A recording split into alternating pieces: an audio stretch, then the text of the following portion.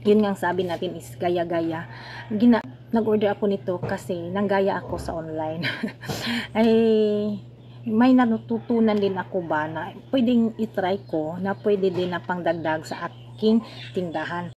Tita Barla Love Life. Yes, welcome to my vlog. Subscribe and click the notification bell for more updates. See ya! Tita Barla at ang bago niyang buhay. Good morning mga kasari, mga katita. This is Tita Barla. Welcome to my channel. Ang isi-share ko today is yung aking parcel na natanggap noong April 29. Diyos ko, April 29 pa to kasi ang busy ko ngayon. Today is May 15. Ang isi-share ko today is yung aking parcel na natanggap nga noong April 29. Ang ito ay, as of now, hindi pa siya as gamit na gamit para sa tindahan. Yun nga ang sabi natin is gaya-gaya. Gina-order ako nito kasi nanggaya ako sa online. Ay may natutunan din ako ba na pwedeng itry ko na pwede din na pangdagdag sa aking tindahan. Lalo na ngayon na madami kaming nagsusulputan dito no ng mga tindahan. So kailangan na meron ako na wala sila. So hindi ko naman masasabi na bentang-benta, pero as of now is ang tawag nito naghihikayat, ang tawag niyan, nag-i-invite ako ng mag-o-order. So yun, meron namang nagtatanong. So buti nga is nag-check ako. Dati ko namang ginawa yun last December, di ba? Na may napakita ako doon sa nagbibigay ako doon sa mga bata. Hindi ko pa alam kung paano yun gagamitin. Ngayon, habang ako ay nakapanood-nood ng mga online, nasa FB, nasa YouTube, nakikita ko yun sila. So sabi ko, baka ma-try ko. May nabili kasi na wala na tuloy ako sa isip ko. Ang pera na yon, hindi ko kinuha siya sa tindahan, sa sari-sari store. Hiniwalay ko kasi yung pera ng printing. Ginawan ko na naman ng paraan na gagana na naman tong printing ko.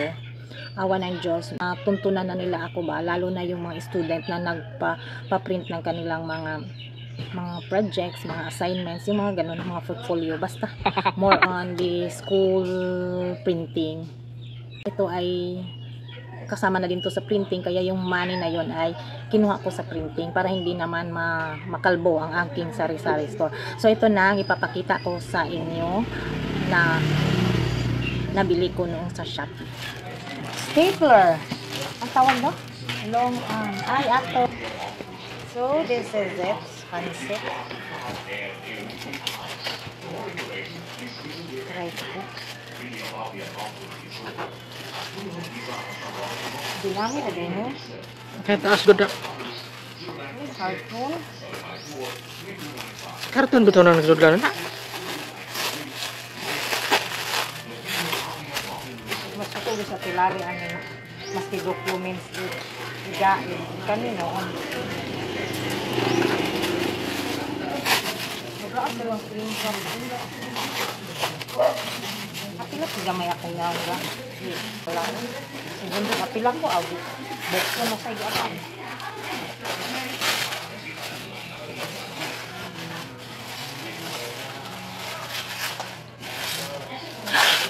Dagan lagi ka ni sticker. Gala. Oh, nakabuk. Oh my God. So long arm stapler. Stapler ka na. Kahoy na sud.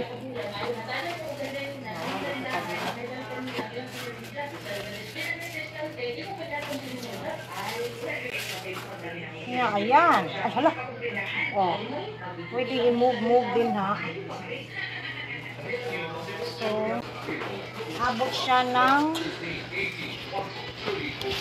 12. 12 and a half nga, anak. Okay. Ibalik og sud, ibalik og sud. Asa? Diha sa kon. Itong Oh.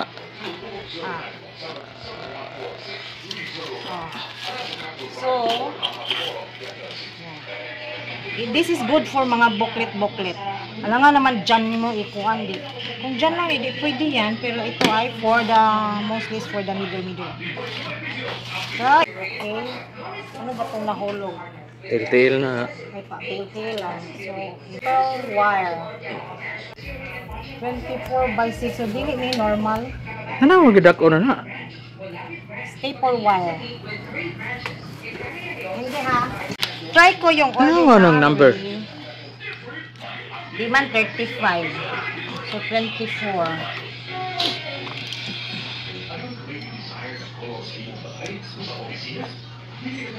Musulod siya pwede. Pero gamay lang. Oo. Pwede siya, pero sa mga kunti lang din na. Sa mga kunti lang din na. Kani kay pwede man ni siya din he. Oh, let me check. Pwede naman.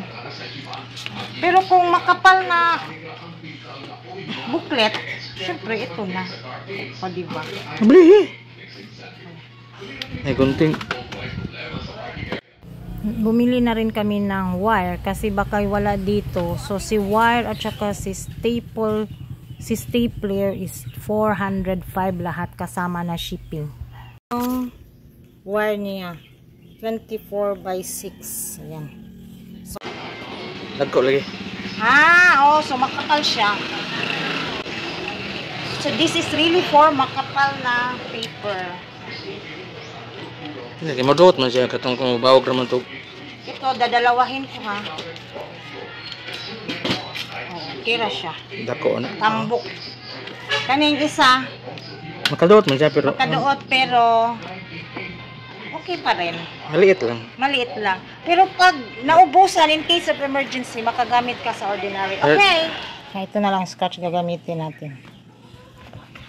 So ang ordinary na maliit hanggang dyan lang. Ilang inches lang, o diba? Kahit ano pa yan, hindi na yan talaga aabot. Kunyari, gusto ka dito sa gitna dahil ay booklet ang gagawin mo. So, ito na ang answer. Ayan. O diba? See? Hanggang dito lang. Ayan lang, o. No.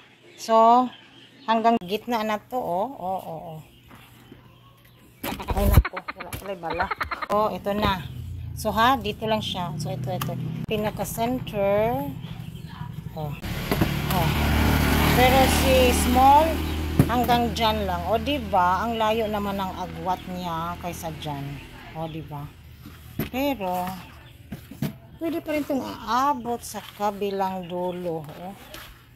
Pero pag malapit na dito, edi yung maliit na gagamitin. So ito na. Compare natin yung wire. Ito yung ordinary. Yan, manipis oh. At ito yung, ito naman yung pang long arm. O, diba makapal. Actually, pwede yung ordinary ng wire, pwedeng ipasok dun sa long arm. At ito din long arm wire, pwedeng ipasok sa ordinary. Kaso, yun nga lang, hindi aabot doon sa dulo. Thank you nga pala sa mga bagong bumibisita sa akin, yung mga supporters sa akin. Thank you so much. Minsan hindi ako makapaggala sa inyo kasi nga may iba akong tinitingnan doon sa Facebook na at saka sa YouTube. So yun lang munang i-share ko for the day yung aking long arm stapler at ilalagay ko dyan sa description box, comment section kung saan ko nabibili yun. Baka may gusto kayong gagawin ng magagamitan ng long arm stapler at saka abangan nyo ang mga susunod kong video, mga vlog, dahil yun na ang nakakabisihan ko ngayon. Yung lagi akong nanonood ba ng YouTube, yung Facebook, tutorial ng mga ganun para pandagdag na rin, dagdag sa ating tindahan. And then, thank you so much everyone for watching. This is Tita Barla and see you on my next vlog. Goodbye!